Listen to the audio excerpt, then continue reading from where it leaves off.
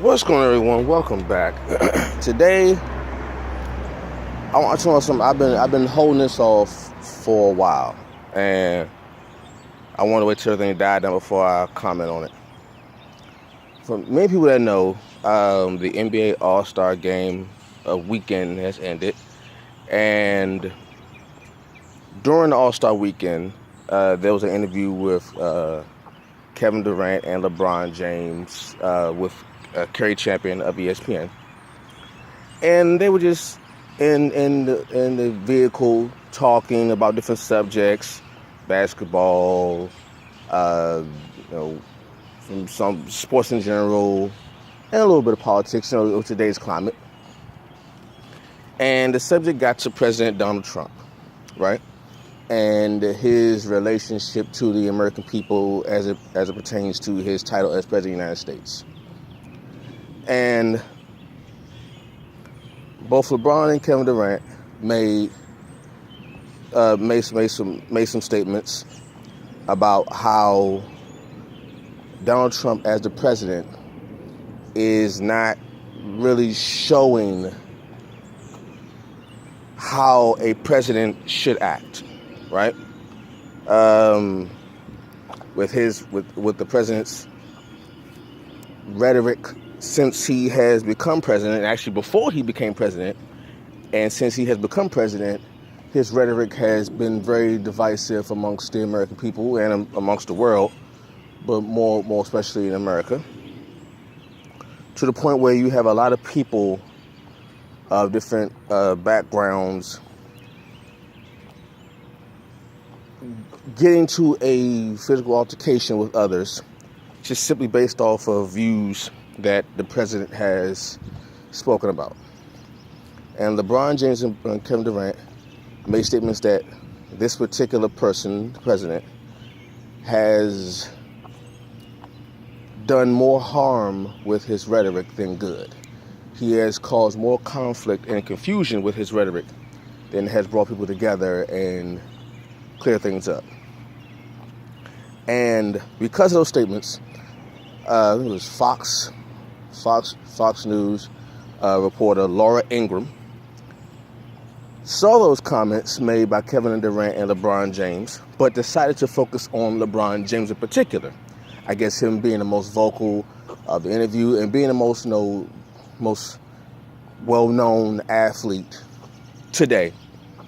She took his comments and decided to go on a rant about what he said, calling into question his intelligence, calling into question the fact that, what she said, he didn't graduate from high school.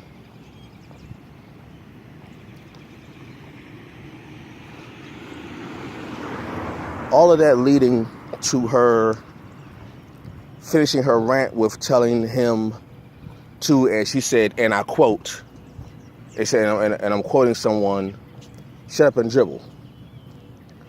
What she didn't say is that she's actually the one that made that statement in a book she had previously about shut up and dribble, talking about athletes just need to be quiet and, quote unquote, do their job, right? Now, this was more of a story than the actual game itself. And here are some of my thoughts on it. One, when people say that Laura Ingraham is being racist, well, although it seems that way, I can't really call it racist because years ago she wrote a book, going off on the Dixie Chicks and people like that who spoke against George Bush. And the Dixie Chicks are not black. So, to me, it's more of a, if your views don't mesh with mine, then F you forever, right? However, even though she made those comments with the Dixie Chicks about their views on President George W. Bush, the son, it still comes off as with a, I should say, racial undertone. Now, she didn't flat out say, shut up and dribble, you black athletes. She didn't say you should be grateful or stuff. However, here's the thing. The part that gives me that racial undertone is, even when she made the comments towards the Dixie Chicks, even when she made those comments, she never called into question their intellect. She never called into question their education. She never called into question whether or not their views were unintelligible and ungrammatical. That's what she said towards LeBron James. She equated not speaking proper English with intelligence, whether or not you were intelligent based off of how you spoke the English language. When any rational person can obviously see and know that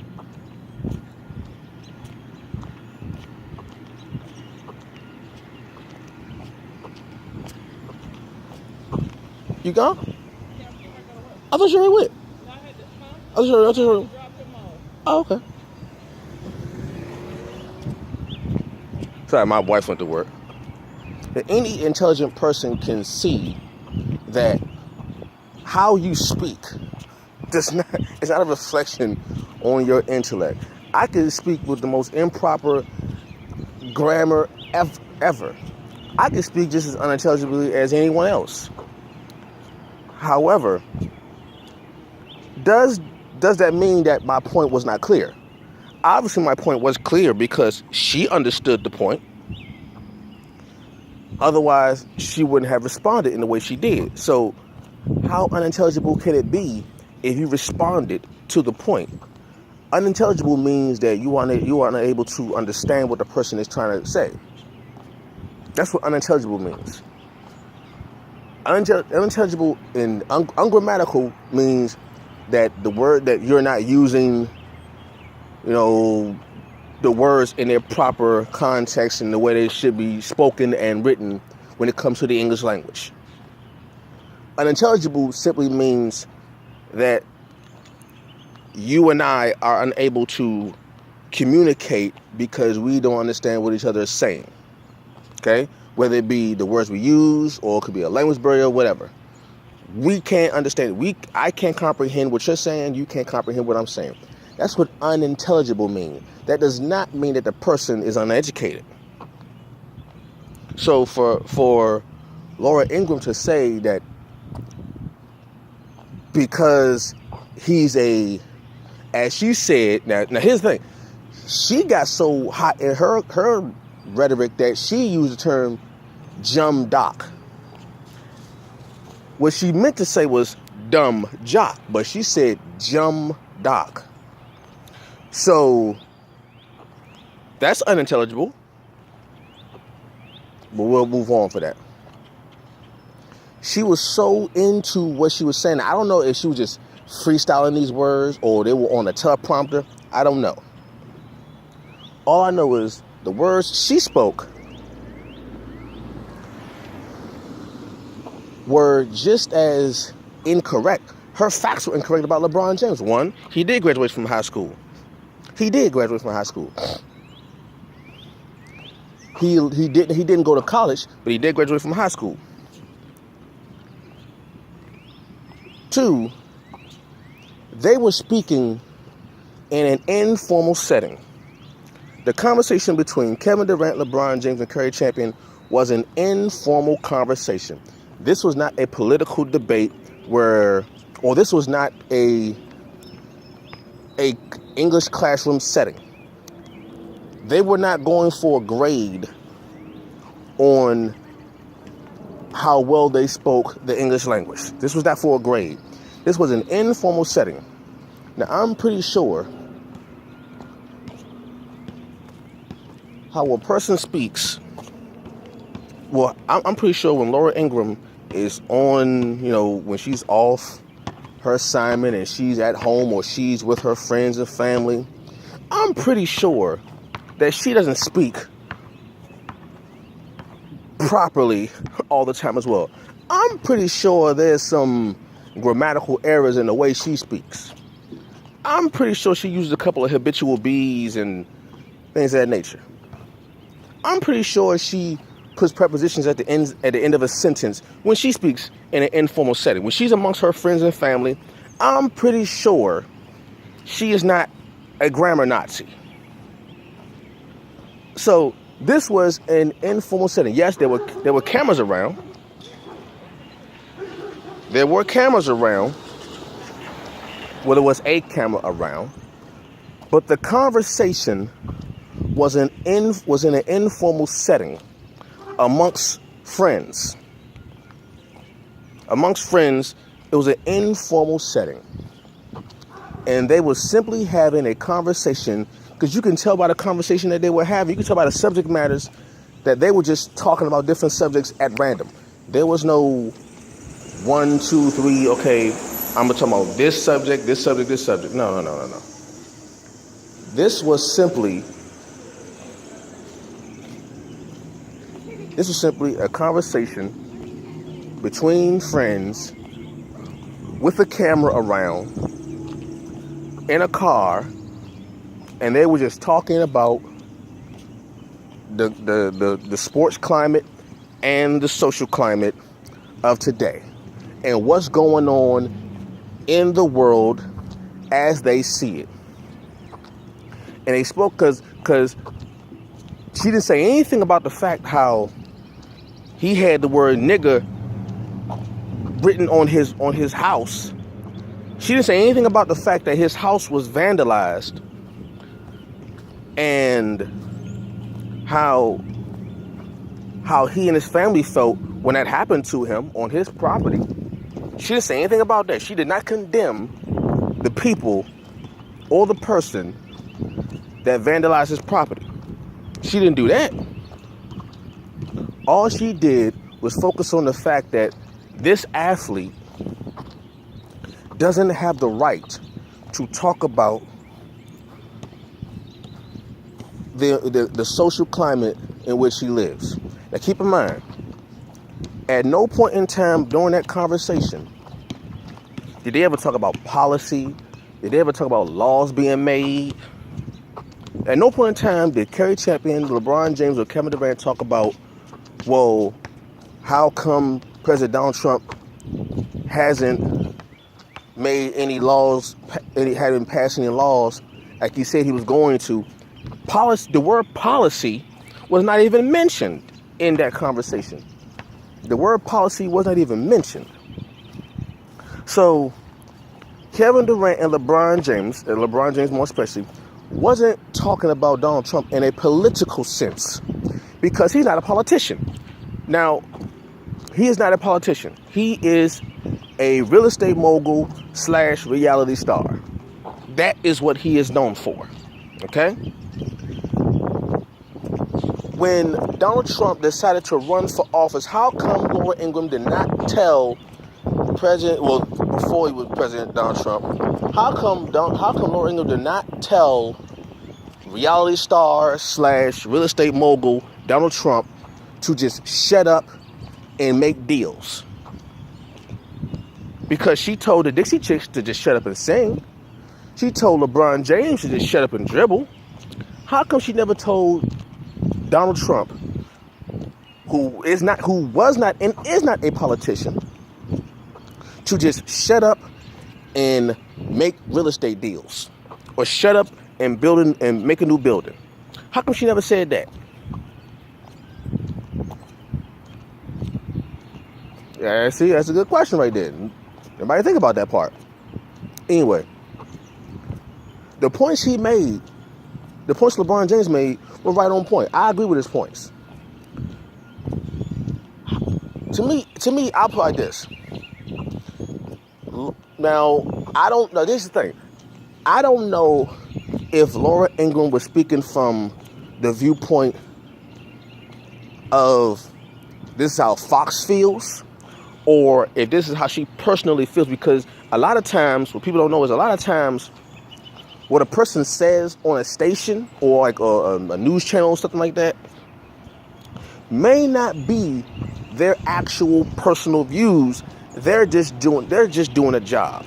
So I don't know if Laura Ingraham really believes in the words that she is saying, or she just reading from a teleprompter and she just reading what's on there and she's going along with it and she's got to stand by what she's reading. Either way, however you slice it, whether it's her own personal views or whether she's reading from a teleprompter, my thing is, as for Laura Ingraham, how can you, Laura Ingraham, as a woman, back someone who makes the statements that he makes towards women? You being a woman, how can you be comfortable backing someone who makes these statements who made these statements towards women years ago, and not only made those statements but doubled down on those statements? Like he does not back away from his views on women to this very day.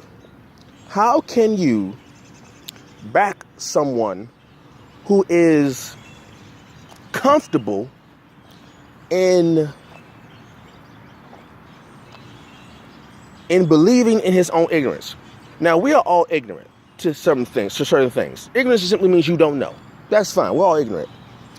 But when you are ignorant to something, and then you are made aware of your ignorance, and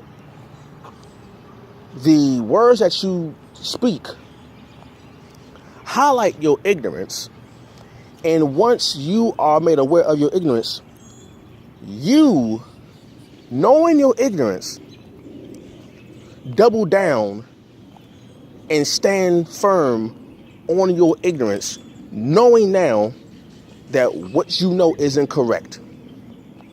How many times have we seen Donald Trump say things on camera, on TV, that have been confirmed to be incorrect? They are confirmed facts to be incorrect, like climate change, gun control. Now, these are policies. The Mexican-U.S. wall about immigration. He's spoken on things that are factually incorrect. And once he is made known, that he will still talk about it as though he is right. How can you back a president? He is the leader of the country. Well, he's the face of the country, because you have three parts of the government. So he is the face of the country. When people think of a country, they first think about the leadership of the country. When people view a country, the first thing they go to is who is the leader of the country, who is the face of the country. And when people see the United States, the first image that they see is Donald Trump. Why? Because he is the face of the country. He is the global ambassador of the United States of America. And we have a person like that who is the global ambassador, the face of the country. When they think of the United States, they think of him. And then they couple his face with his rhetoric. How can you, Laura Ingraham, take him serious? Because outside of the United States, he is a joke to people, which makes the United States look like a joke to people. Outside of the United States, and really inside the United States, Donald Trump is a sad joke to people. And because he is portrayed, or he is seen as a sad joke to people, because of his own words, his own volition, because he is seen this way, the world sees this country as a bad and sad joke. And for you, Laura Ingraham, to try to chastise a person who is an athlete for their views because they don't mess with yours shows your ignorance. You show the same type of ignorance that Donald Trump shows. If you don't agree with me, then F you forever. That's the same type of philosophy that Donald Trump holds. So you get that together, all right? Just because someone's an athlete does not mean that they only should just focus on sports. I mean, that's the equivalent of saying you're a woman, stay in the kitchen. How would you feel if someone told you that? Laura Ingraham, you're a woman, what do you know about politics? Stay in the kitchen. That would be considered sexist, right? Right. And it is sexist. If someone told Laura Ingraham that you have no business talking about politics, why? Because for many, many years, women weren't allowed to even discuss politics. So for you to be a woman and to discuss politics at the same time, why don't you just stay at home and stay in the kitchen? How would you feel if someone told you that? It's the same thing. All right, so get that together. Hope y'all enjoyed this. I'll catch you later. Peace.